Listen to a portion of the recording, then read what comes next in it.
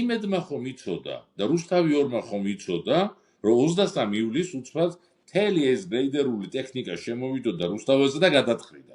ყველაფერი გააკეთა მაშინ რუსთავი ორმა და იმედმა იმისთვის, რომ საზოგადოებას ქონოდა ინფორმაცია ბჭყალებში, რომ იქ ყველაფერი წესრიგში. ამოცანა არის ის, რომ შენი აუდიტორია უნდა ყავდეს სრულ საინფორმაციო ვაკუუმში. ეს არის ტყუილის რეიტინგი. რეალურმა ინფორმაციამ, რომელიც შენ უნდა მოიძიო, მოიპოვო, გადაამუშავო და გაავრცელო, ამან უნდა მოგიტანოს შენ რეიტინგი. დღეს თავარი დარტყმის ობიექტი უნდა იყოს ბიძინა ივანიშვილი და ის პატარა ჯგუფი ადამიანების, რომლებიც მის მმართველობით ვერტიკალს ქმნიან, რომელთაც მიტაცებული აქვს სახელმწიფო. ეს არის ბიძინა ივანიშვილის პერსონალური დაკვეთა. მას ეს უნდა. თუ ბიძინა ივანიშვილმაც არ განიდიდა თავი, მაშინ პიროვნების კულტი არ შედგება და ის პირდაპირ დემოკრატიულ მმართველობაში ასეთ ადამიანებს მმართველის ჯის. ეს ადამიანები ამას აკეთებენ თვითშემოქმედებითად და ბიძინა ივანიშვილს ეს არ მოწონს. დიქტატორი ქმნის ახალ პარადიგმას, რომ ისტორია იწყება მისით. დისკუსია ძალიან ცნობილი პოლემიკა აკაკი ბაქრაძესა და ზვიად გამსახურდიას შორის. ეს პოლემიკა ვერ გახდა დომინანტური. იმიტომ რომ საბჭოთა პროპაგანდა ყოველთვის ცდილობდა რომ ასეთი პოლემიკა ჩაეკოლა. ასეთი პოლემიკა მოეკლა. ეს ჩაკეტილობა არის ზუსტად ის, რაც ყველაზე მეტად ჭირდება ავტორიტარულ მმართველობებს. რომ ჩაკეტო, საკრალიზაცია მოახდინო.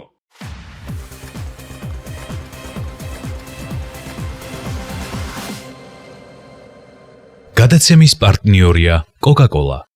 რას გავს მედია? დღეს ცხადია პირველ ყოვლისა გულისხმობს სამთავრობო მედიას, ეგრეთ წოდებულ მედიას, ასე ვიტყვი, მედიას წოდებულს ჩემი შეფასებით. რას გავს ასე მაგალითად იმედი, რას გავს ასე მაგალითად რუსთავი ორი პოზიტივის არც ვახსენებ, არც საზოგადოებრივ მაუწყებელს ვახსენებ, თუმცა ეს უკანასკნელი ალბათ სახსენებელია ხშირად, მათ შორის და პირველ ყოვლისა იმიტომ, რომ გარანტირებული დაახლოებით 100 მილიონი ლარი აქვს მას საზოგადოებრივ მაუწყებელს წელიწადში და ცხადია სასაუბროა, მაგრამ დღეს საზოგადოებრივ მაუწყებელზე არ ნაკლებად დავიხარჯებთ. ზვიად ქორიძესთან ვიწყებთ ჩვენ საუბარს, საერთაშორისო გამჭვირვალობას კი წარმოადგენს ზვიადი მოცემულ ეტაპზე, თუმცა ის პირველ ყოვლისა ჩემი კოლეგა ჟურნალისტია, გახსოვთ ალბათ ბევრ თქვენგანს ზვიადი, ის იყო გაზეთ შვიდღის დამფუძნებელი და დამფუძნებელი და რედაქტორი, ხსენებული რუსთავი ორის ერთ-ერთი ლიდერი საინფორმაციოს ხელმძღვანელი იმედი საზოგადოებრივი მაუწყებლისაც თუ არ ვწდები და არ ვწდები, მოკლედ დიდი გამოცდილების კაცია ზვიად ქორიძე. მე მასთან მხოლოდ მედიაზე არ ვისაუბრებ, თუმცა ამ თემით კი დავიწყებ. ზოგადი კითხვა მოგესალმებით ზვიად, მადლობა რომ მონაწილეობ გადაცემაში. დიდი მადლობა. არ ვიცი, ამდენად კონკრეტულად საპასუხო კითხვაა, მაგრამ ესე ორი სიტყვით, რას გავს მედია, რა ეპოქა, რა პერიოდი, ვისი მმართველობა არ გაგვივლია, ჩვენ ყველა ეპოქაში, ყველა მმართველობის დროს ემსახურებოდა მედიის ნაწილი, მოდი ასე ვიტყვი, ხელისუფლებას, მაგრამ რასაც მე და შენ ვადევნებ თვალყურს დღეს და ახლა, მე პერსონალურად ამგვარობა არ მახსენდება, ანუ რაღაცა ხელისუფლების მსახურებასაც აქვს თავისი ზღვარი და აი სამთავრობო მედია, მე მგონი ეს ზღვარიც გადაშალა თუ წაშალა. ხო, ეხლა რაც ჩამოთვალეთ ფორმალურად მედია საშუალებები, ხო? იმედი რუსთავი ორი. ფორმალურად მედია საშუალებები, კი ბატონო. პოზიტივი. ჩემი აზრით ეს მედია საშუალებები უკვე დიდი ხანია აღარ არიან. იმიტომ რომ მედია საშუალების მთავარი ფუნქცია არის რომ ინფორმირებული გახადოს საზოგადოება. არა აქვს მნიშვნელობა ის რომელ აუდიტორიაზე მუშაობს და რომელ სეგმენტზე საზოგადოების, მაგრამ მთავარი ამოცანა იმ მედია საშუალების უნდა იყოს, რომ ის მისი მაყურებელი აუდიტორია, მისი მსმენელი და მკითხველი აუდიტორია ყოველთვის იყოს ინფორმირებული.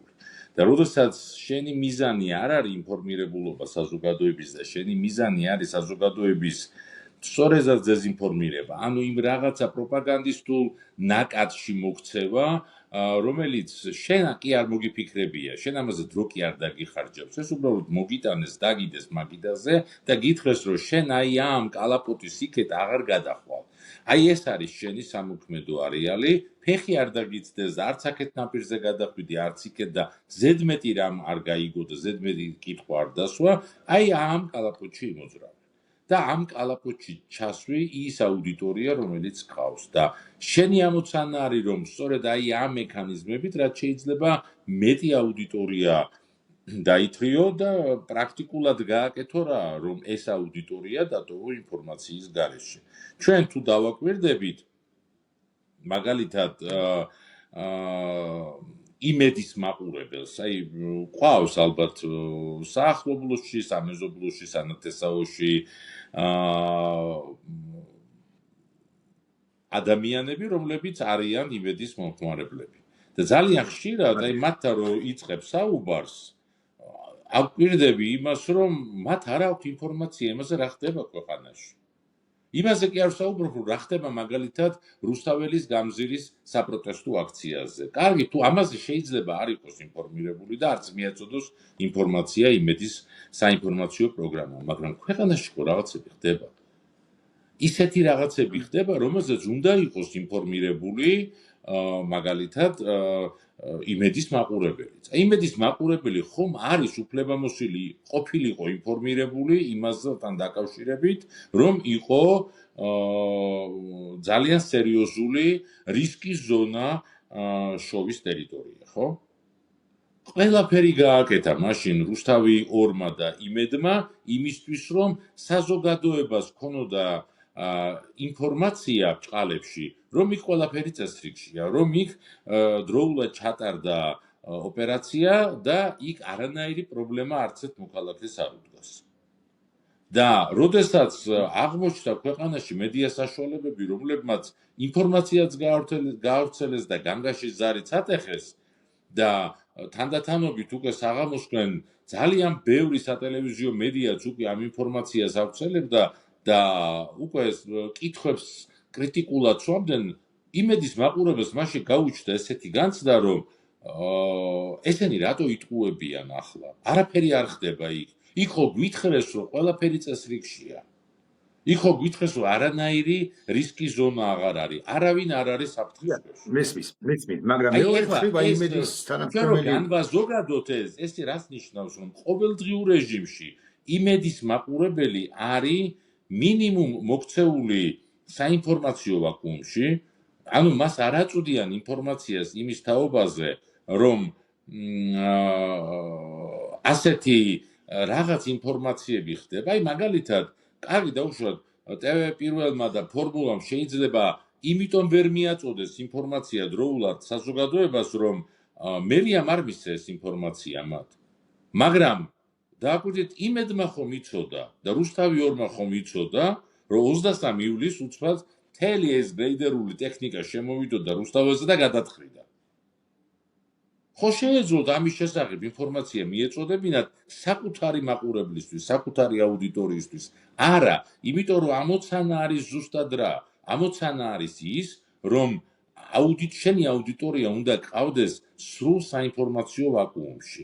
შენ რაღაც აი როგორც ბარტყებს ისე უნდა გადაუგდო გადამუშავებული ლუკმა, ოღონდ იმაზე მეტი არა, ვიდრე შენ ჩათვლის საჭიროდ. ანუ აი ეს პროპაგანდისტული ნაკადი ჩათვლის საჭიროდ. და ეს არის მინიმუმი და მაქსიმუმი არის ის დეზინფორმაციული ნაკადი, რომლითაც მოდიან ეს არხები, ხო? და უტევენ საზოგადოებას. იმიტომ რომ მივიდე ბოდიშფიხი ამ კითხვამდე მივალ, უტევენ საზოგადოებას და უტევენ ინდივიდებს. ესეც ძალიან მნიშვნელოვანია ჩემი აზრით. მაგრამ ვიდრე ამ კითხვა ამაზე გავამახვილებთ ყურადღებას, მანამდე ერთი კითხვას. იმედის თანამშრომელი რო იყოს ახლა შენი ოპონენტი, ხო რაღაც დებატი რო ეწყებოდეს, გეტყოდა რომ ისი რა არის რას მერჩი საბოლოო ჯამში. მე მაყურებელს რასაც ვთავაზობ, იმას კი აქვს რეიტინგი მაღალი. აბა ჩემზე მაღალი რეიტინგი, რომელ რაღაც კრიტიკულად განწყობილ ობიექტურ მედია საშუალებას აქვს და რაღაცა მაყურებელს ეს მოსწონს, რაღაცა მაღალი რეიტინგი აქვს, ესე იგი მე სწორად ვმუშაობ. და გადაიტანდა აქცენტს სწორედ მომხმარებელზე, აუდიტორიაზე, მომხრეზე, რა ვიცი, ხო, მაყურებელზე. და რა უნდა ვუპასუხოთ? მე კი ვუპასუხებდი ასე, რომ რეიტინგი არ განსაზღვრავს ყოველთვის რაღაც ამ მედია საშუალების მაღალ კვალიფიკაციობას, ან ობიექტურობას, მაგრამ ზოგადად მედია მენეჯმენტის პრინციპები, თანამედროვე მედია მენეჯმენტის პრინციპებზე საუბრობ და ეს ასე იყო ყოველთვისაც რა, ანუ როდესაც მედია ვითარდებოდა, არა აქვს მნიშვნელობა 70-იანი წლების პრესა იყო თუ ის ტელევიზიები, რომელიც მაშინ იყო თუ დღეს რაც არის ძირითადად ეს სატელევიზიო არხები, სოციალური ქსელები და ასე შემდეგ სოციალური მედია. ამას არ აქვს მნიშვნელობა რა ფორმა აქვს მედიას. თავარი არის რომ შენ რეიტინგი იმან კი არ მოგცეს, რასაც შენ მოიფიქრებ, რასაც შენ მოიგონებ, რასაც შენ შეეცდები რომ შეასაღო ამ აუდიტორიას. არამედ რეალურმა ინფორმაციამ, რომელიც შენ უნდა მოიძიო, მოიპოვო, გადაამუშავო და გაავრცელო, ამან უნდა მოგიტანოს შენ რეიტინგი. შენ ეს ისე უნდა გააკეთო, შენი საინფორმაციო პროგრამა უნდა იყოს ისე დახუნძლული საინფორმაციო სიახლეებით და ისე მომზადებული ჟურნალისტური გამოძიებებით და ისეთი სოციალური ან სხვა ტიპის რეპორტაჟებით ცალკეული სოფლებიდან თუ ქალაქებიდან ან სხვადასხვა ქვეყნებიდან. არა აქვს მნიშვნელობა, რომ ეს იყოს საინტერესო საყურებელი, ეს იყოს მიმზიდველი, ეს იყოს შემეცნებითად განმავითარებელი საზოგადოების, ანუ ინფორმირების, შემეცნების და გარკვეულწილად გართობის კომპონენტიც არის მედია, ხო? და აი ეს უნდა გახადო შენ რეიტინგული. თორე შენ თუ მოიგონებ რაღაცას, აი მართლა მოიგონებ, იმიტომ რომ არანაირი საფუძველი ამისი არ აქვს. თუ შენ ეტყვი საზოგადოებას, რომ გერმანიაში ხალხი მშიერი იხოცება, რომ გაზის ბოლო კუბომეტრები იხარჯება საფრანგეთში და შეიძლება იქ გაიყინონ უკვე, ზაფხულშივე გაიყინონ, ან ზაფხულში ისეთი სიცხეებია, რომ თურმე კონდიციონერების გამო ხოცავენ ერთმანეთს ადამიანები, რომ მაგალითად დანიაში დადის პოლიცია და არა აქვს მნიშვნელობა ქუჩაში ვინმე აპროტესტებს თუ არა უმისამართოდ იქნევს ამ ხელკეტებს და ცემს ადამიანებს და ესვრის. ამას რომ უყვები შენს აუდიტორიას და თან დამაჯერებელი სახით ეუბნები, რომ ეს არის ინფორმაცია, რომელიც ასახავს ევროპის თანამედროვე პოლიტიკურ ლანდშაფტს და თურმე ასეთ ევროპაში გვექანებიან ჩვენ და უნდათ რომ საქართველოს შეათრიონ აი ასეთ ევროპულ პოლიტიკურ გაერთიანებაში და მერე ჩვენ რაღაცას აქ ბრალად გვდებენ, აი როდესაც ამას უყვები შენს აუდიტორიას და აჯერებ, ეს რა რეიტინგიც არ უნდა აჩვენოს. ამან ეს იმას ნიშნავს, რომ ეს არის ტყუილის რეიტინგი. ტყუილსაც აქვს ალბათ რაღაც რეიტინგი, როგორ არა, მხატვრობასაც აქვს რეიტინგი. სერიალსაც აქვს რეიტინგი. საპნის ოპერას აქვს რეიტინგი და ჩვენ რეიტინგით ეხლა რეიტინგი კი ბატონო არის ძალიან ბევრი ბრიტანეთის მაგალითზე რო განვიხილოთ ტაბლოიდები ხო ტაბლოიდებს გაცდები მაღალი აუდიტორია ყავთ რა თქმა უნდა უფრო მაღალი ტირაჟი აქვს Sun's ვიდრე Guardian's მაგრამ ჩვენ რაზე ვსაუბრობთ Sun's მკითხველი არ არის მოტყუებული Sun's მკითხველი შეიძლება არ არის მოტყუებული იქ ვიქტორია და დევიდ ბეკემებზე რომ აღწენებდა Sun's რაღაცას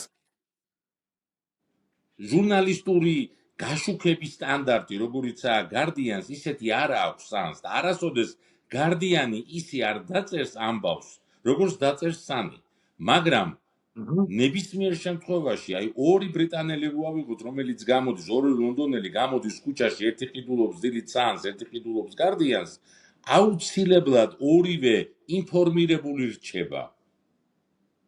შეიძლება ისინი საკუთარი გემოვნებით, საკუთარი პოლიტიკური პრეფერენციებით, საკუთარი ემოციური აღქმებით კითხულობენ ან იმ გაზეთს უყურებენ, ან იმ ტელევიზიას, მაგრამ ყველა მიცის, რომ არც ერთი მედია საშუალება ბრიტანეთის, არც ერთი მედია საშუალება ევროკავშირის, არც ერთი ქვეყნის არ ატყუებს საკუთარ აუდიტორიას. ანუ შეიძლება თუ არა ეს ვიად ითქვას რომ იქ ასე მაგალითად სანი და კარგი მაგალითია და ეს არის ოდინდელი მაგალითი მაგალითად ვიქტორია და დეივიდ ბეკემი ხო ვიქტორია და დეივიდ ბეკემების რაღაც საოჯახო ურთიერთობის თუ დრამების თაობაზე ხო იქაც სიხვითლეც კი არის რესპექტაბელური სიხვითლე აი გაგიკვირდებათ გაუკვირდება მაყურებელს და იმიტომ რომ მედიის ერთ ნაწილს ეს სიხვითლე დაყვება იმიტომ რომ მათი სარედაქციო განაცხადი არის ასეთი შესაბამისად მომხმარებელმა იცის რომ ეს ტაბლოიდურია ეს ყვითელი გამოცემაა ეს არის ტაბლოიდური გადაცემა მაგრამ მე მინდა ამ ტაბლოიდური გადაცემის ყურება მიუხედავად იმისა რომ შეიძლება ფორმა ამ გადაცემის ვიღაც სხვა მაყურებელს სხვა გემოვნების მქონე მაყურებელს არ აკმაყოფილებს მე მაკმაყოფილებს აი ასეთი სტანდარტი და ვუყურებ მაგრამ საბოლოო ჯამში მე მაინც ვრჩები ინფორმირებული ტაბლოიდი არა გაქვს აქ არა აქ ეს არ არის ტაბლოიდი ეს არ არის ყვითელი მედია ეს არ არის ბულვარული მედია ეს არის მატყუარა მედია პლატფორმა რომელიც ცდილობს რომ აუდიტორია სწორედ ასეთი დარტყმის ქვეშ მოაქციოს და მე მიაწვეს ამ აუდიტორიას და უთხრას რომ არ გჯერა ჩემი და ამას იმდენჯერ გაგიმეორებს არ გჯერა ჩემი რომ ბოლოს მართლა წყლის წვეთი ხრეც ხო ქვას ვიღაცებისთვის ეს მუშაობს მოქმედებს ეს აი მაგალითად როდესაც მაღალ ფილოსოფიური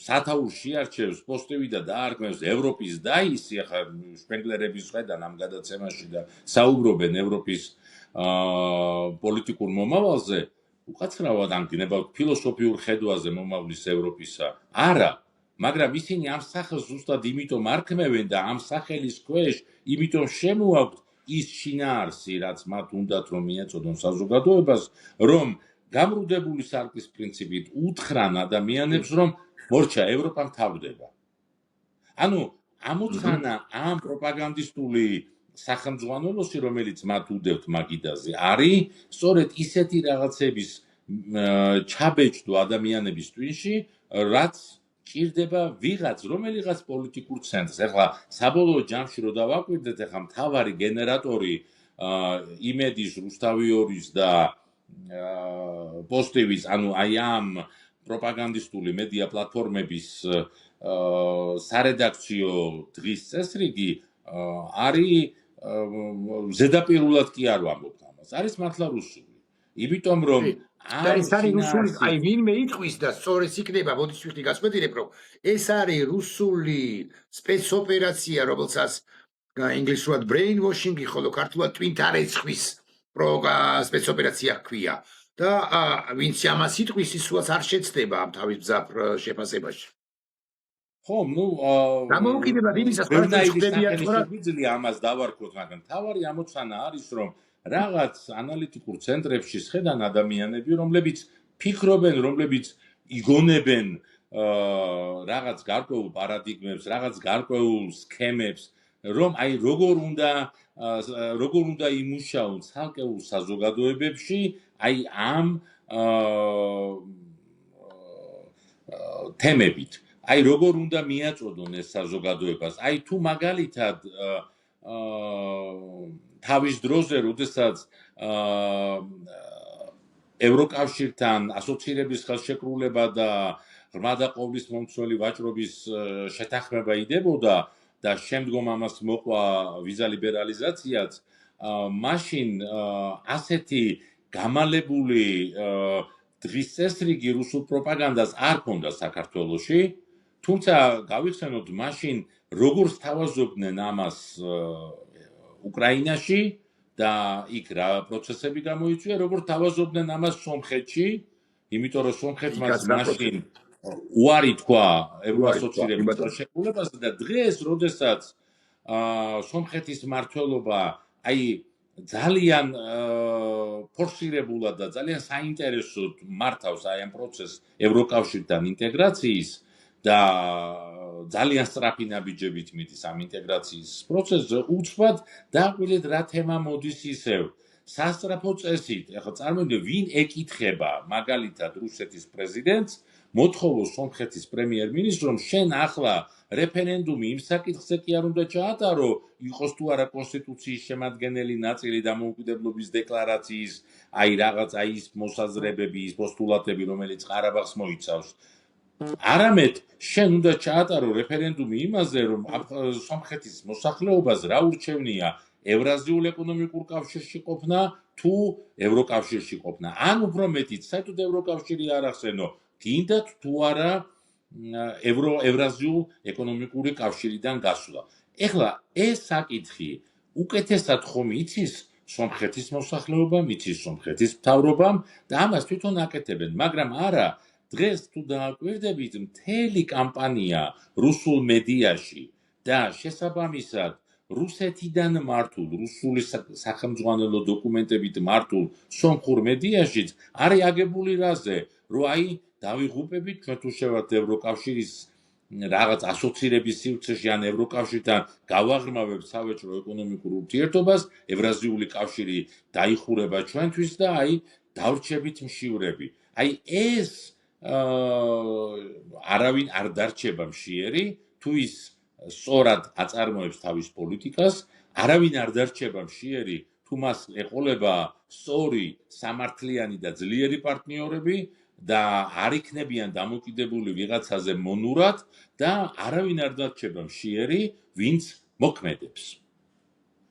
ზვიად კი, რასაკვირველია. აი ამავდროულად ეს არის, ამიტომ დღეს რო დავაკვირდეთ ახლა მაგალითად ასეთი ტიპის ბრძოლები ყველა იმ ქვეყანაში მიდის, სადაც რუსეთი ცდილობს რომ არ დაკარგოს გავლენა, სადაც რუსეთი ცდილობს რომ თავის ამ იდეოლოგიურ საფანას არ გამოეპაროს, არ მოშორდეს აუდიტორიის რაღაც კრიტიკული ფენა და ამიტომ ცდილობს რომ ამაში გამოიყენოს ადგილობრივი მედიები. რა თქმა უნდა, ამაში მას არ გამოადგება ისეთი მედია საშუალებები, რომლებიც პირდაპირ მოსკოვიდან ფინანსდებიან. ვერ ასრულებს ვერ შეასრულა საქართველოში სპუტნიკმა ის ფუნქცია, რასაც რუსულენოვანმა მედიამ, რომელიც ოდესღაც იყო ეს სტრატეგია, თქვა 7-8 წლის წინ, ხო? რუსულენოვანი მედიის ამაზე ხარჯავდა ფულს რუსეთი. ხარჯავდა ფულს, მაგრამ ვერ იმუშავა. ვერ იმუშავა. ამან და ეხლა უკვე ქართულენოვანი მედია ბოლოს ჩვენ დავინახეთ, რომ საერთოდაც სპუტნიკის მთელი ბიუროს ხელმძღვანელობა ალიევმა დააპატიმრა, ხო? როგორც ეს აზერბაიჯანში კი ბატონო, ალიევმაც კი სპეცსამსახურებისა. ზიად ერთი მახასიათებელი აქვს, უაღრესად საინტერესოდ საუბრობ, მაგრამ ეს მინდა რომ რაღაცა ეს თემას გავშალოთ, ამ თემასაც შევიხოთ. ყველაფერი გავიგე.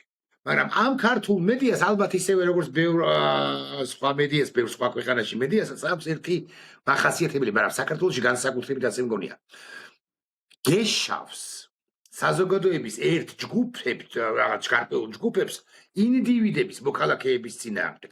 ამის ყველაზე კარგი თვალსაჩინოება მაგალითი, ხო, იყო ეს, რა ქვია, იმ ახალგაზრდა კაცს ოლისე ოქრიაშვილის ამბავი, რომელსაც არაფერი არ უთქვამს, მაგრამ მედია უпростоრად ხელისუფლებამ ააგორა ეს კამპანია, დაავალა მედიას, რომ ეხლა აუგორე ამ კაც კამპანიაო და მერე მოხდა ის, რაც მოხდა, ყველა ვიცით, ძალადობის ფაქტი და ასე.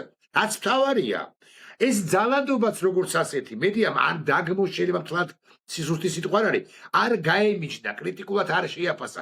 ისეთი რესპონდენტები შეარჩია უკვე შემდგომ, რომლებიც ამართლებდნენ ამ ძალადობას.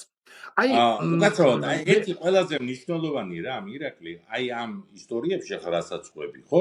არის რა, რომ გამოყენებით მნიშვნელობას ანიჭებს ასეთ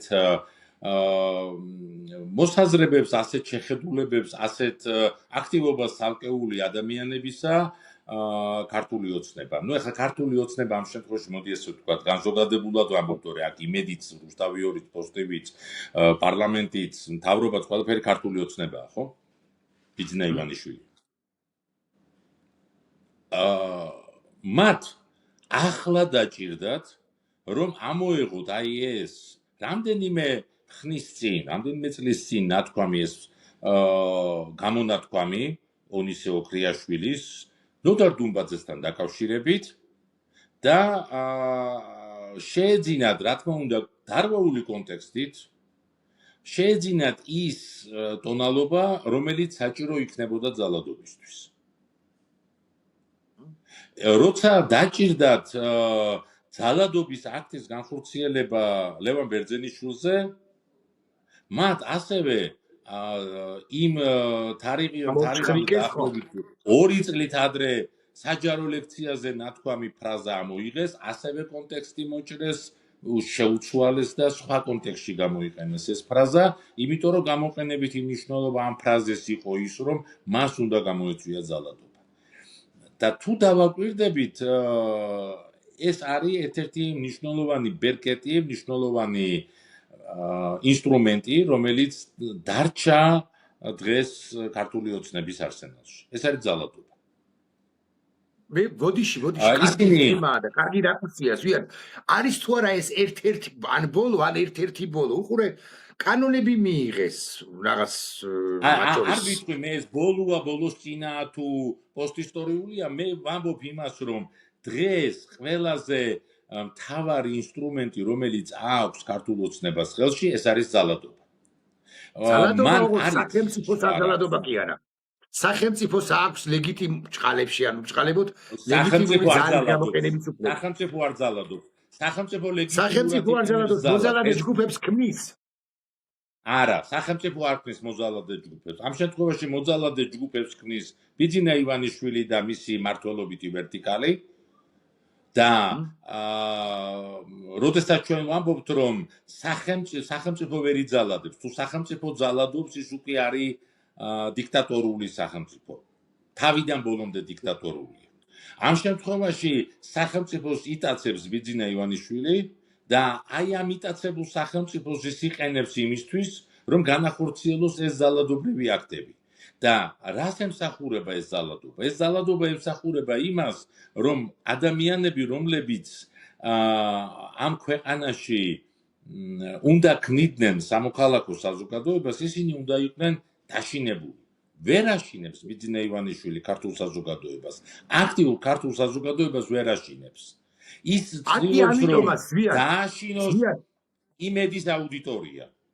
ის ცდილობს დააშინოს ამიტომაც ჩემი მოსაზრება გაგიზიარე რომ ეს ან ბოლოს წინ საბოლოო ჯამში მართლა რა ვიცით მაგრამ ერთ-ერთი ის არაფერმა არ იმუშავა რა კანონმა არ იმუშავა ისე როგორც ჩაფიქრებული ჰქონდათ რაღაცა რეგულაციებმა არ დაპატიმრებებმა არ იმუშავა და ასე შემდეგ ანუ არ დაუშინდა საზოგადოება ეს საზოგადოება 600 რაღაც მერვე თუ 600 დღეა ქუჩაშია ეს საზოგადოება მაინც დასცინის მაინც კარგი დასცინის სული სიტყვა სიტყვისა და გამოხატვის თავისუფლებით სარგებლობს და ყველაფერს ამბობს რასაც ფიქრობს ამ ქართულ რუსულ ოცნებაზე აი აქ უკვე გადაფსიხდა ქართული ოცნება და მოზალადე ჯგუფები შექმნა ონისე ოქრიაშვილის ისტორია და მის მიმართ საზოგადოების მისი აუდიტორიის ესე ვთქვათ აგრესიული განწყობის გენერირება არ შეუწყვეტია რუსთავი ორს დღემდე იმეც დღემდე აგრძელებს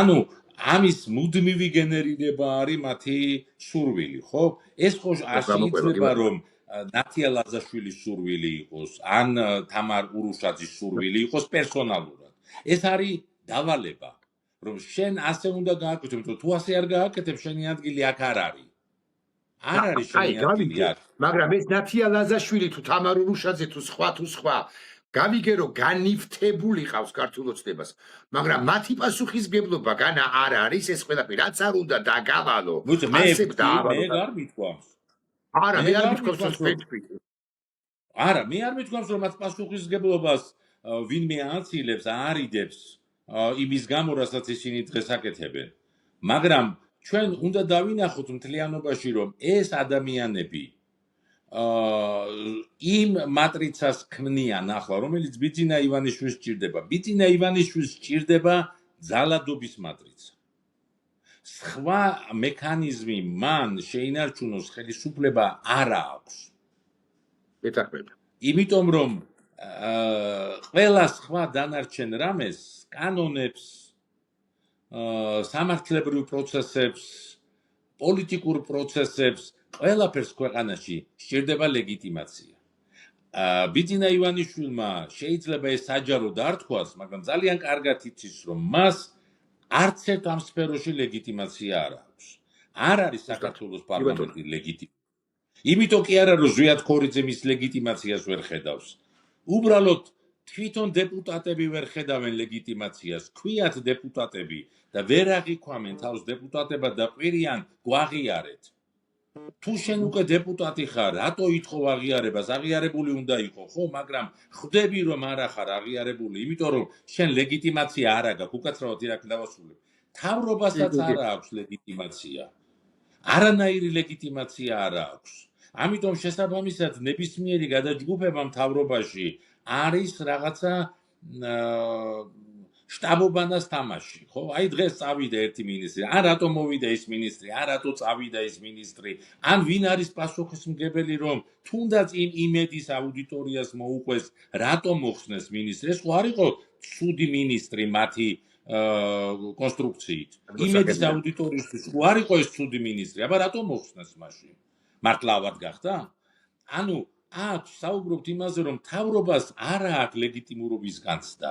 პარლამენტს არ აქვს ლეგიტიმურობის განცდა. ამ მოსამართლეებს, რომლებიც ჩაქუშს ურტყამენ და გონიათ, რომ მართლა კუროები არიან, არა აქვთ მათ ლეგიტიმაცია, მათ არ იციან, რატო უნდა დააკისრონ შალვა ბაღდოშვილი 10 დღიანი სასჯელი, რატო უნდა მიუსანჯოთ თორნიკე თოშხუას 3000 ლარიანი ჯარიმა, არ იციან, უბრალოდ ურტყამენ ამ ჩაქუშს, იმიტომ რომ აი ამ არალეგიტიმურ სივრცეში ტრიალებენ და როდესაც ბიძინა ივანიშვილი ხედავს, რომ მთელი ეს ვერტიკალი არალეგიტიმურია და არ მუშაობს, მას რჩება ერთადერთი იარაღი. ამიტომ მან ეს იარაღი უკვე გამოაჩინა და აჩვენა ქართულ საზოგადოებას და უთხრა, რომ მე ვიძალადებ თქვენზე. მე ვიძალადებ ქუჩაში დახვედრით, ცემით, ანგარიშწორებით. ეს უფრო ადრეც დაიწყო. ცემის ფაქტები ადრეც იყო, სხვადასხვა ტიპის ბულინგის, ქუჩაში გაკრული პლაკატები, სახლებზე გაკრული, სადარბაზოებზე, მანქანებზე, წარწერებით, ეს ხო იყო. ეს ხო გავიარეთ არა ამ საზოგადოებაში, ეს ხო ნახეს ადამიანებს. როცა ეს იყო, როცა ამგვარი ძალადობის პირველი სერიები იყო, ჩემი შეფასებით შესაძლოა ვწდები, ამ ყველაფერმა არ ნაკლებად იმუშავა, ამანაც კი ნაკლებად იმუშავა. ხელისუფლებამ ვერ მიაღწია, ქართულ ოცნებამ ვერ მიაღწია სასურველ შედეგს. ასე ვუყურებ მე. ბოდიშ ვიხდი ხა კითხვას დავსვამ. აი სიტყვისა და გამოხატვის თავისუფლება, ხო? და ვერც მიაღწევს ვერასოდეს, მაგრამ გავითვალისწინოთ ერთი რამ, რომ ბიძინა ივანიშვილი ამას თხოვს თავის ადეპტებს, რომ მათ უნდა შექმნან ძალადობრივი რეჟიმი. ეს არის ამოცანა. იმიტომ რომ მან იცის, რომ სხვაგვარად ის ძალაუფლებას ვერ ინარჩუნებს. მურუსიძემ წყაზარის სახით ვერ მიიღებს გადაწყვეტილებას, რომელსაც ექნება ლეგიტიმაცია. ვერ მიიღებს. ამიტომ მოსამართლე თუ ამ ლეგიტიმურ აქტს ვერ ახორციელებს, შენ მაშინ ეს მსჯავრდებული უნდა ცემო. ეს არის ბიძინა ივანიშვილის განაცხადი. ეს არის ყველაზე აგრესიული, ყველაზე როგორ ვთქვა, თავისი კონსტრუქციით ყველაზე რუსული მართლობა, ხო? იმიტომ რომ რუსულ მართლობას ჩვევია ძალადობა, რუსულ მართლობას ჩვევია, როდესაც გადადის ავტორიტარიზმის ფაზაში რუსული მართლობა, იქ იკარგება ყოველგვარი მართლობითი სქემა და იქ ჩნდება მხოლოდ და მხოლოდ ძალადობა. და ძალადობას, რა თქმა უნდა, კვაზი ჯგუფებით ახორციელებენ. ზვიად, კარგი. ვერ გაიგებს, სად არის პოლიცია, სად არის მოჭიდავე, სად არის ეგრეთ წოდებული ჟურნალისტი, ვერ გაიგებ. სად არის გადაზელილია ყველაფერი ერთმანეთში. კი, ზვიად, ერთი კითხვა. ან რამდენიმე კითხვა. როდესაც ეს ამბები, აი რაღაც ეს ორგანიზაციას რო შეიქმნა, აღარ მახსოვს რა ქვია, არ მახსოვს. ქართველი შვილისა. ამას გულისხმობ, ხო, რაც დაირქვეს. როგორ უნდა უპასუხოს საზოგადოებამ ამას? მე როცა ვსჯელობდი საკუთარ თავთან, მე ვუთხარი საკუთარ თავს, რომ არსებობს რაღაც სამი გზა, მაგალითად. შენს ძალადობით უპასუხო, კბილი-კბილის წილ, ძველი აღქმის რაღაც პრინციპი ავიღოთ. მეორე დაიგნორო სრულად და დაიგნორო და ამავდროულად დასცინო, იმიტომ რომ ესეც რაღაც შეპირისპირების ერთ-ერთი ფორმაა და მესამე დაუშინდე. ეს უკანასკნელი და პირველი ვარიანტი ალბათ არ ვარგა. იმიტომ რომ პირველი ვარიანტს ის მინუსი აქვს, რომ სამოქალაქო დაპირისპირებაში შეიძლება გადაგეზარდოს შენც მონაწილე იყო ამ სამოქალაქო დაპირისპირებისა. და გარდა ამისა, ვერც მოერევი მეთქი, ასე გავბედავ და ვიტყვი. იმიტომ კი არა, რომ მეტნი არა ვართ, მეტნი ვართ, მაგრამ ისინი უფრო სასტიკნი, უფრო ულმობელნი, უფრო რაღაც არაადამიანურები არიან ჩემი მზაფრის შეფასებით. აი მითხარი შენი აზრი და ეგრევე დაგაწევი მეორე კითხვას.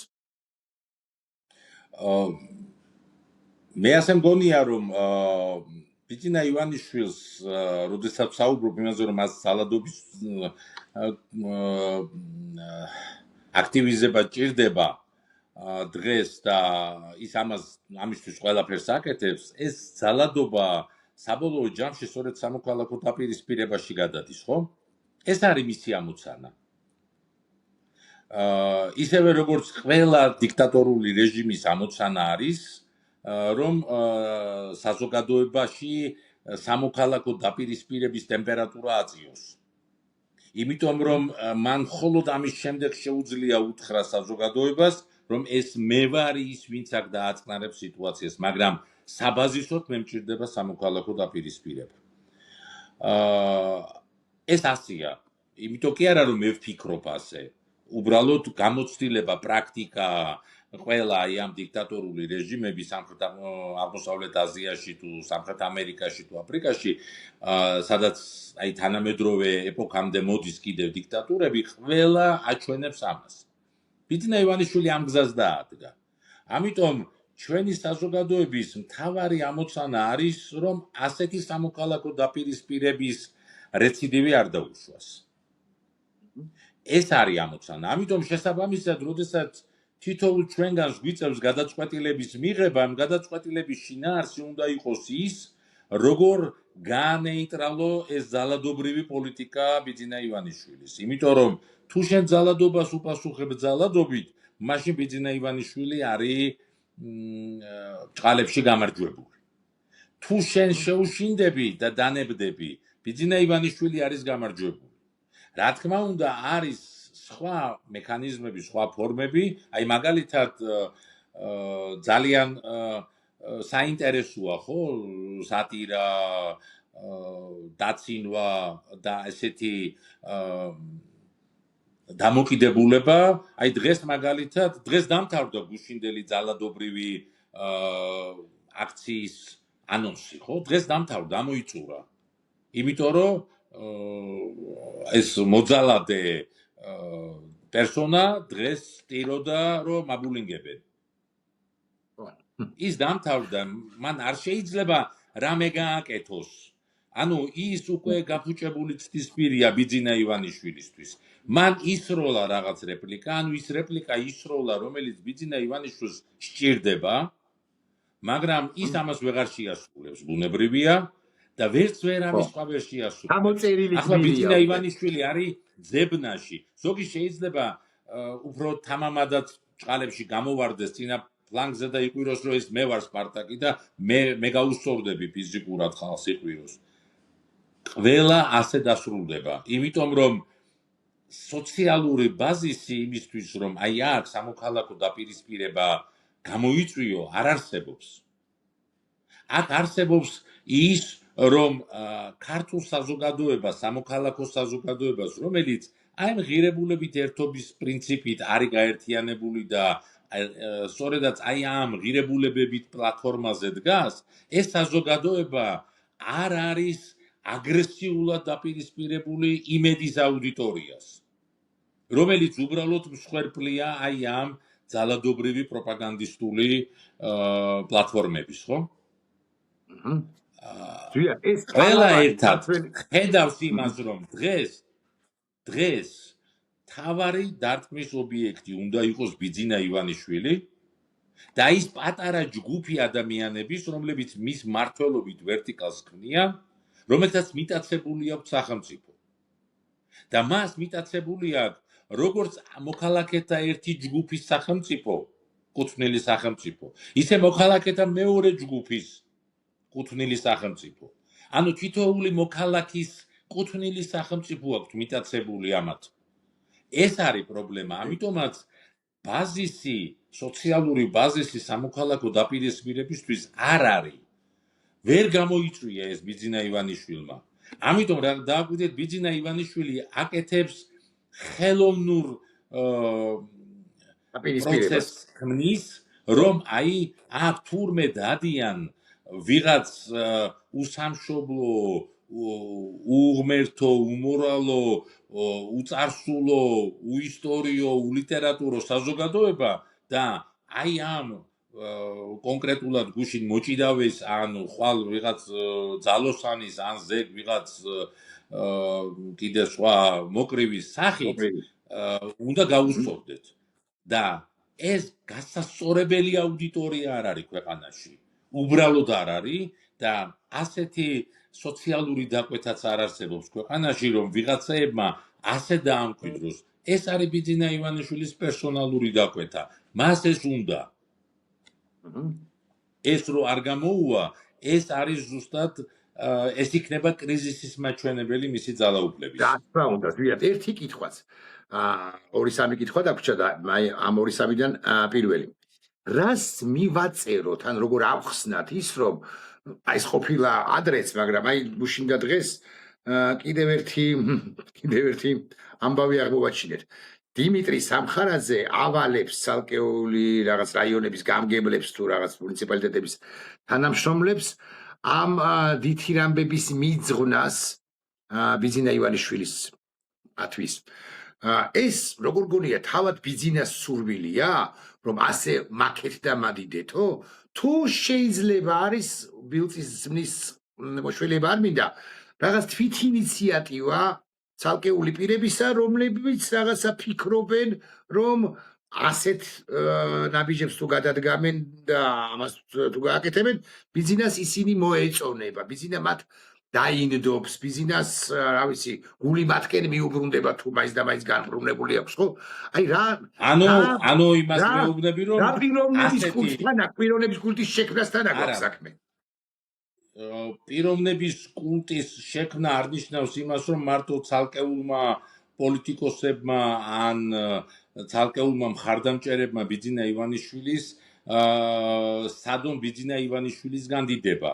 თუ ბიძინა ივანიშვილმაც არ განიდიდა თავი, მაშინ პიროვნების კულტი არ შედგება და ის პირდაპირ დემოკრატიულ მმართველობაში ასეთ ადამიანებს მმართველის ჯის, იმიტომ რომ ეს არ არის ნორმალური ფორმა. თუ მეუბნებით იმას, რომ რასაც დიმიტრი სამხარაძე ან კიდევ სხვა ადამიანები აკეთებენ და ისინი ავალებენ საჯარო მოხელეებს, ავალებენ დღეს მაგალითად ისიც ვნახე, რომ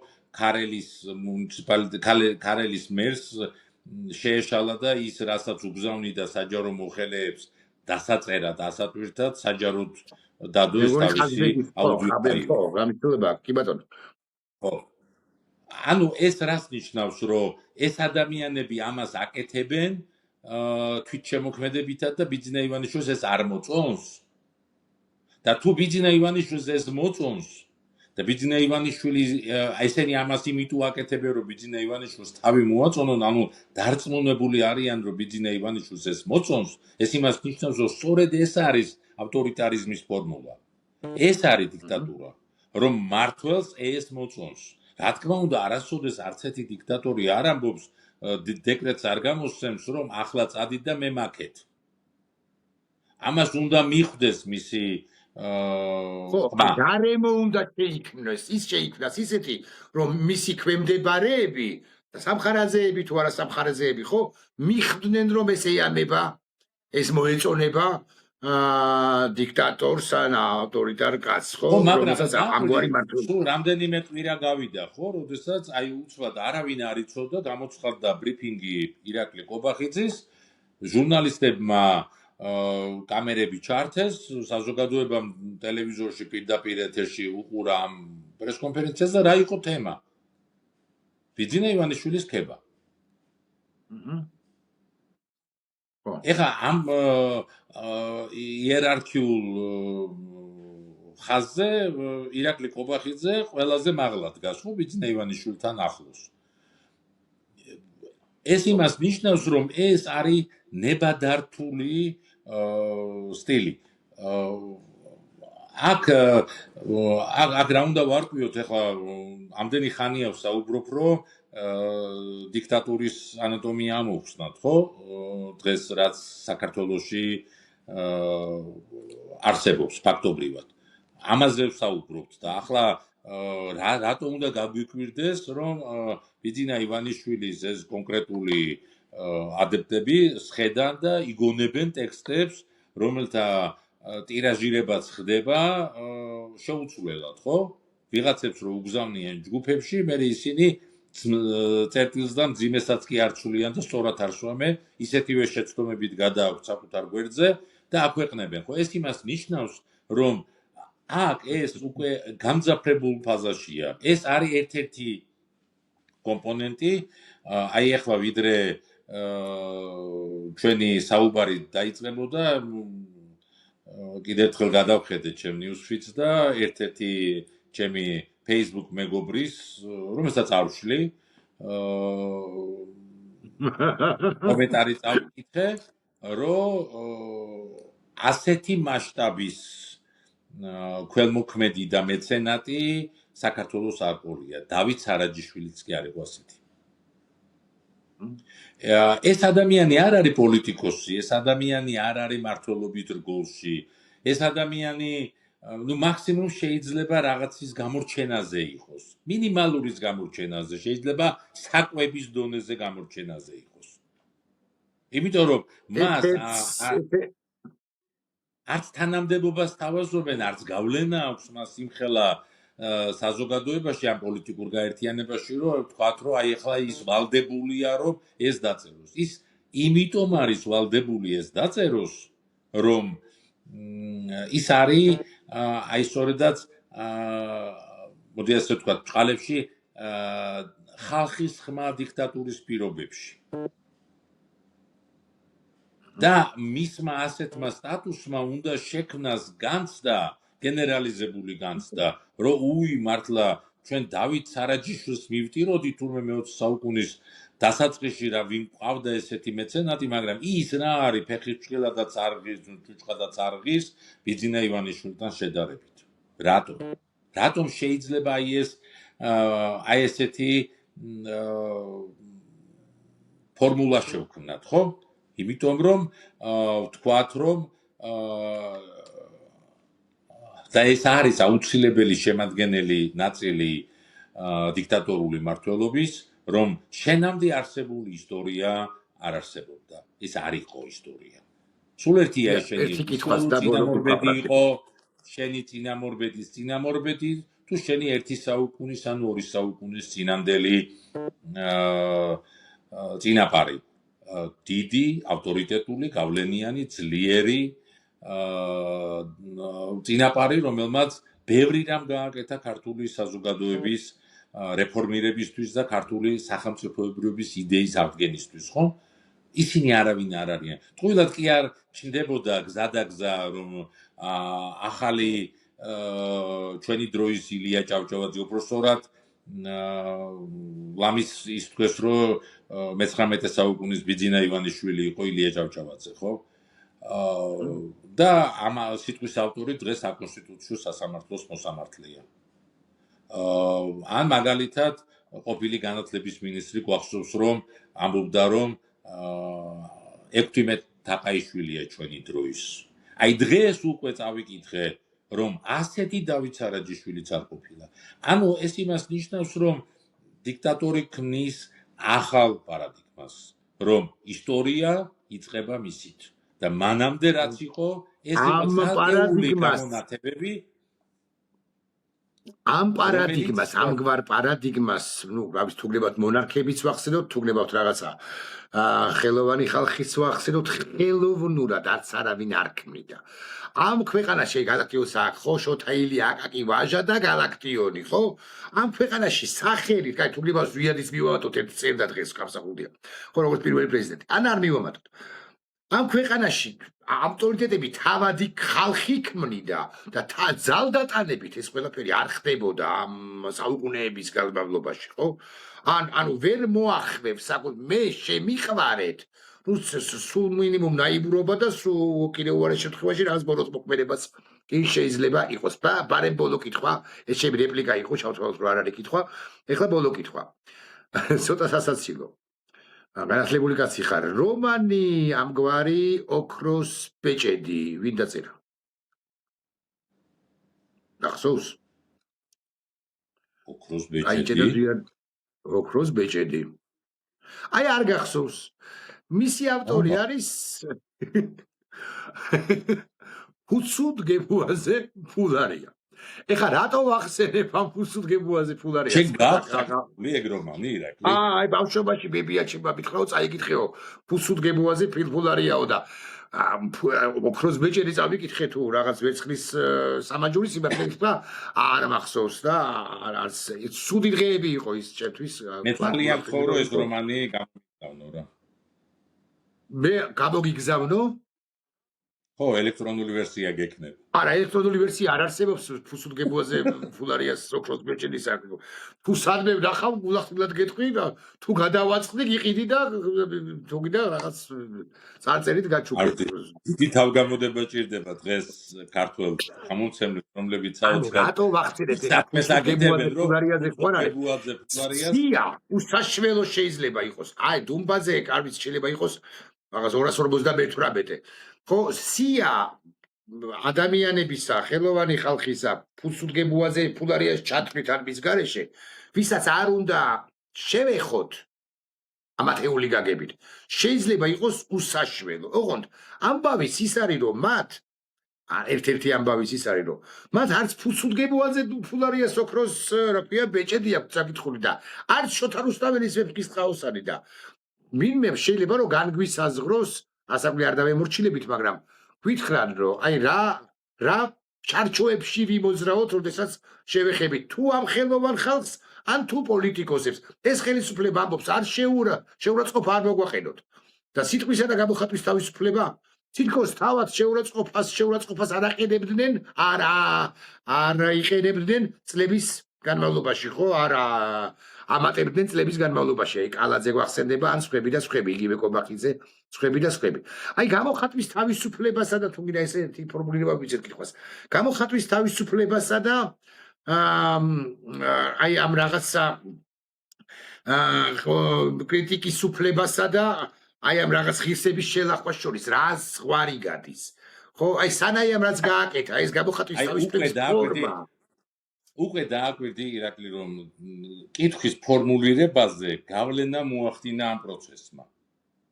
ხო, ერთმანეთს დაუპირისპირე გამოხატვის თავისუფლება, კრიტიკის უფლება და ღირსების დაცვა.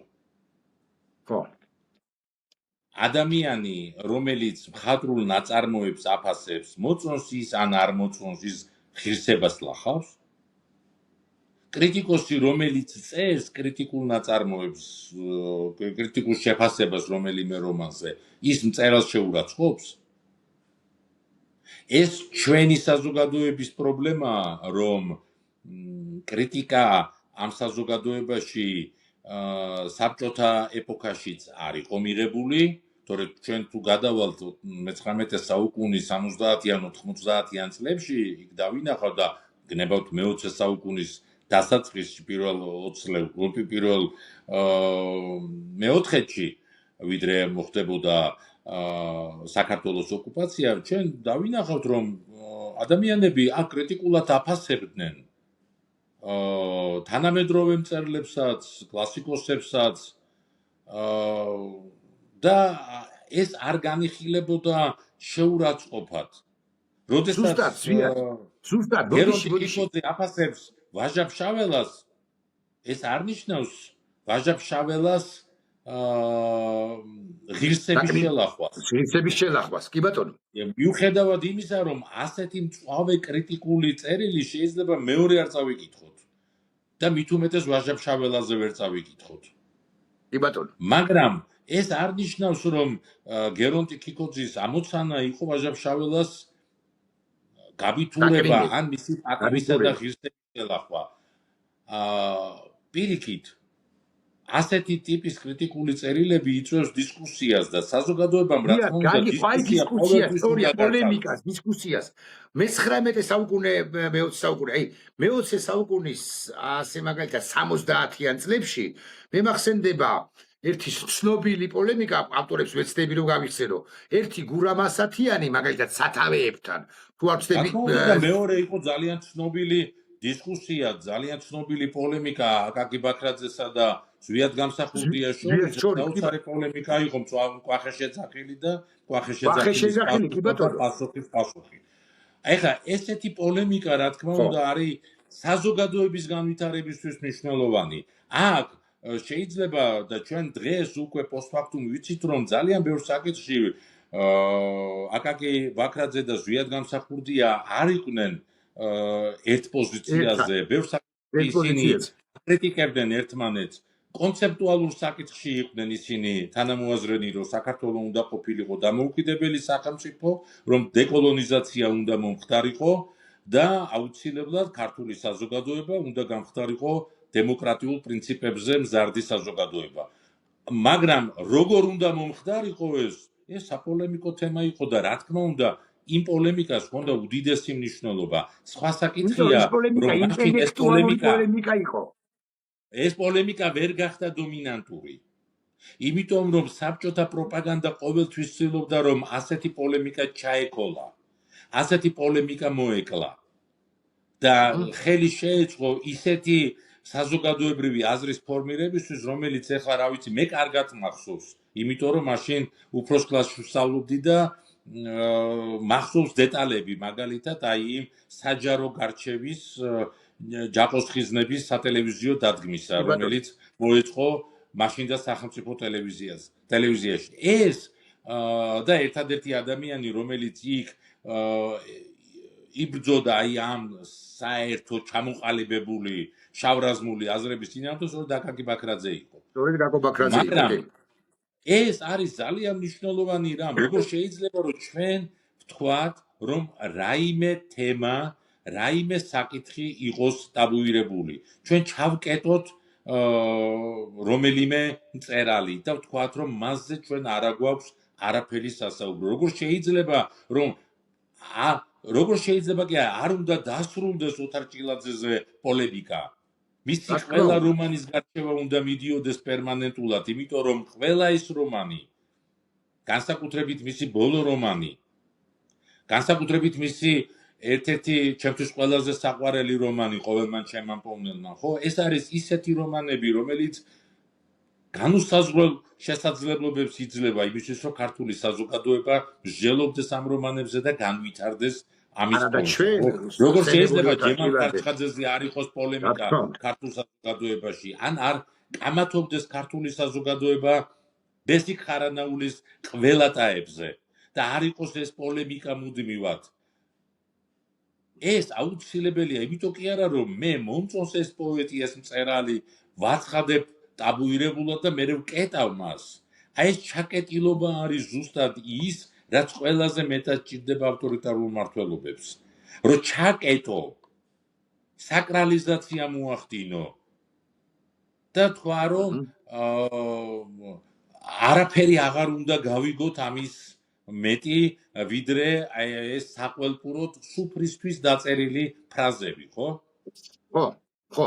ნაცვლად იმისა, რომ ჩვენ აი მუდმივი პოლემიკა უნდა იყოს. როგორ შეიძლება რომ მაგალითად მუდმივად არ იყოს კამათი თითოეულ პუბლიცისტურ სტატიაზე, წერილზე ილია ჭავჭავაძის, ვაჟა ფშაველასი, იაკობ გოგებაშვილის და არ ხედავდეთ ამას დღევანდელ კონტექსტში, არ ვიზიარებდეთ, არ ვეცინააღმდეგებოდეთ. როგორ გაიზრდება ეს პრობლემური ხედვა.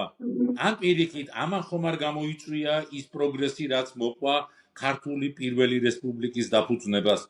და არ ვიცი, ბევრი თემა არის ისეთი, აი დღეს რომ უთხრა ბრიტანელს, რომ დახურე შექსპირი და შექსპირზე არ იკამათო. შექსპირი არის წმინდანი. რა თქმა უნდა, არავის წმინდანად არ შერაცხავს, მაგრამ შექსპირი მისთვის არის მართლა აი არადა, ფსევდო არადა, საკრალიზებული წარმოდგენით წმინდანზე მეტი. არადა, რა თქმა უნდა. არადა, რამდენი შესაძლებლობას იძლევა, რამდენი თემა, მედიას კი არ ვუბრუნდები, რამდენი ამგვარი აი სიღრმისეული თემა, იგივე რაღაც 70-იანი წლების პოლემიკა, აქ რამდენიმე ხნის წინ გააცოცხლეს ეს თემა, მაგრამ აბსოლუტურად არასწორად. მაგალითად, რა ფენომენია, გავიხსენოთ ხო? რა ფენომენია ნაცარქექიას ფენომენი. ამაზეც იყო ხო? უზარმაზარი მსჯელობა და კამათი ქართულ საზოგადოებაში.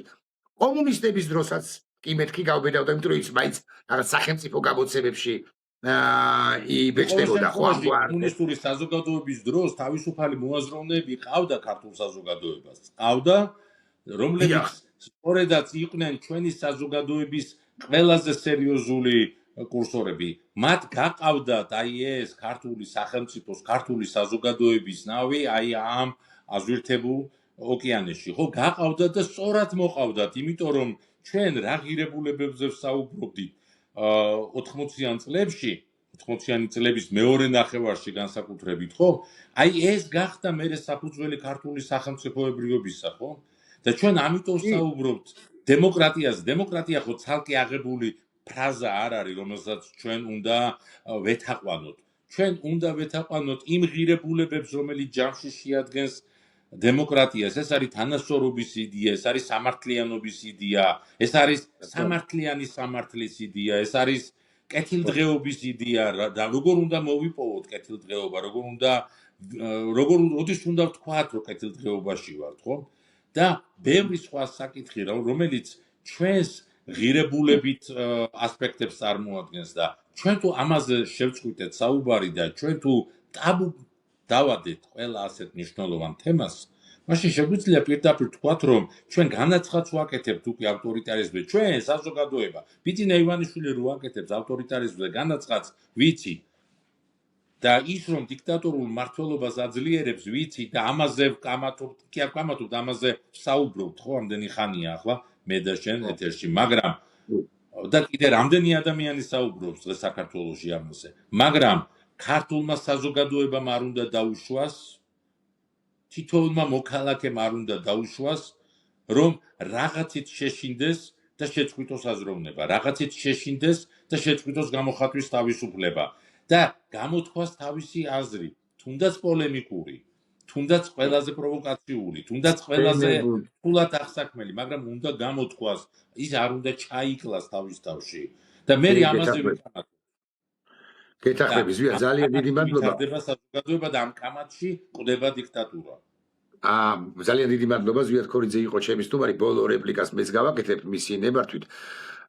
ჩვენს მიერ, ჩემი და ზვიადის არ დამითო ბოლოს ჩემსა და ზვიადის მიერ გახსენებული იყო აკაკი ბაქრაძე, რომელსაც მეც ვიცნობდი და ზვიადიც იცნობდა. აკო ბაქრაძეს დაწერილი აქვს ამგვარი წერილი, წიგნი. მწერლობის მოთმინიერება, რომელიც მეტწილად მე-20 საუკუნის მწერლების მოთმინიერებაზეა ლაპარაკი. აი ამბავის ის არის, თუ ჩვენ შევწყვეტ და დამეთახმე ზვიად მართლა ბოლო სიტყვა მე კი არ მეკუთვნის, თუ ჩვენ შევწყვეტ ახლა წინააღმდეგობას, პოლემიკას, მსჯელობას, განხილვას, დავმარცხდებით თუ გავიმარჯვებთ ამისგან დამოუკიდებლად, ეს კატეგორიები მეგონი შემოსატანიც არ არის. ამ შემთხვევაში მწერლობის მოთმინიერების კი არა. ქვეყნის ან საზოგადოების მოთმინიერების გზაზე გავალთ.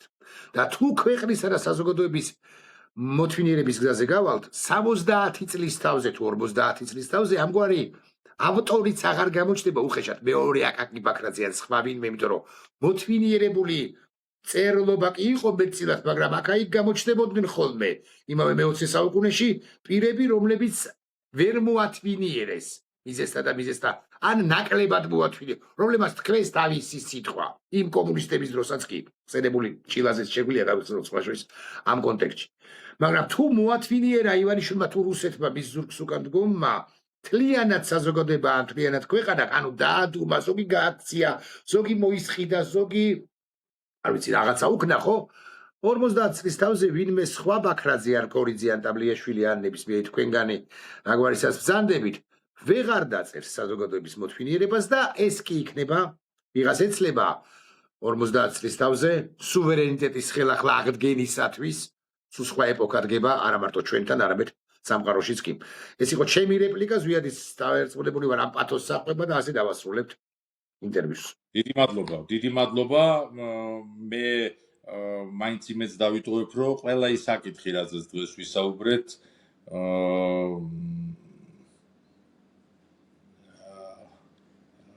ემსახურება თუ მიემართება იმას, რომ ჩვენი საზოგადოების ბუნებრივი განვითარების პერსპექტივა არის დემოკრატია, არის თავისუფლება და ჩვენ უნდა ვიცხოვროთ თავისუფალ გარემოში, ჩვენ შეიძლება თავისუფლების პირობებში რა თქმა უნდა, მეტი პასუხისმგებლობაც რა თქმა უნდა გვექნება, ეს აუცილებელია და არ უნდა შეგვეშინდეს პასუხისმგებლობების, იმიტომ რომ ყოველთვის ავტორიტარი გვეუბნება, რომ მე თქვენ მოგიხსნით პასუხისმგებლობას. და ეს არის ის საცდური, რომლითაც ის გადაიბირებს ხოლმე ადამიანებს. იმიტომ რომ შეიძლება განსაკუთრებით პოსტტოტალიტარულ საზოგადოებებში ადამიანებს ეშინოდეთ პასუხისმგებლობების და აი ეს იციან დიქტატორებმა, ეს იციან ავტორიტარებმა, ამიტომ ისინი ყოველთვის იწყებენ ბრძოლას ძალაუფლებისთვის, სწორედ აი ამ სლოგანით, რომ მე თქვენ მოგიხსნით ამ პასუხისმგებლობას, აგარიდებთ პასუხისმგებლობას, მე ჩემ თავზე ვიღებ ყველაფერს და თქვენ მომეცით მე ძალაუფლება. აი მან არ უნდა დაუშვას ქართულმა საზოგადოებამ ზუსტად ეს შეცდომა და ახლა ეს ფაზაა, რომ ჩვენი წილი პასუხისმგებლობა უნდა ვზიდოთ, არ უნდა შეგვეშინდეს და ეს ფსევდო ჟესტი, კეთილი ჟესტი, რომელსაც ავტორიტარი ახლა ქართული საზოგადოების სხვადასხვა წარმომადგენელს თავაზობს, რომ ეს მე ავიღებ თქვენს მაგივრად პასუხისმგებლობას და მე გადაგარჩენთ, მე გაგიყვანთ სამშვიდობოს, ეს არის მატყუარა სლოგანი, ეს არის მატყუარა ლოზუნგი და ამას რა თქმა უნდა არ უნდა აყვეს ქართული საზოგადოება. ზვიად ქორიძე იყო ჩემი სტუმარი, ძალიან დიდი მადლობა, წარმატებას და გამარჯვებას უსურვებ როგორც ქვეყანას, უშუალოდ ზვიადსაც ასაკვირველია. მადლობა. ნახვამდის.